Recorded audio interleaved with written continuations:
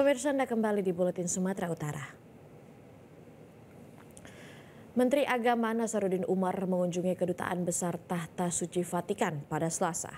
Kedatangan Menak disambut langsung oleh Duta Besar Vatikan untuk Indonesia, Monsinyur Piero Piepo. Pertemuan keduanya berlangsung sekitar 30 menit.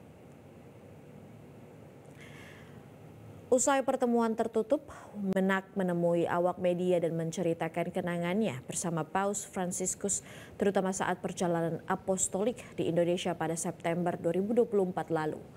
Menurutnya, sosok Paus Fransiskus bukan hanya sosok penting bagi umat Katolik, namun seluruh dunia.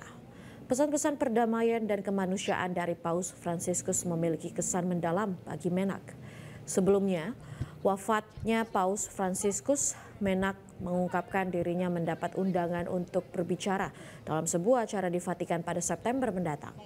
Pada kesempatan tersebut, Menak juga menanyakan kabar Paus Fransiskus yang memang sempat dirawat karena sakit selama kurang lebih 1 bulan sejak bulan Februari lalu.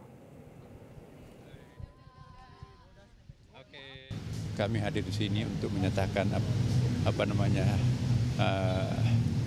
concern kami terhadap hilangnya, perginya tokoh kemanusiaan itu ya. Saya kira sebagai warga bangsa yang beradab ya, tentu kita harus menghargai orang-orang yang berjasa terhadap dunia kemanusiaan ya kan. Ya. Jelajahi cara baru mendapatkan informasi. Download Metro TV Extend sekarang.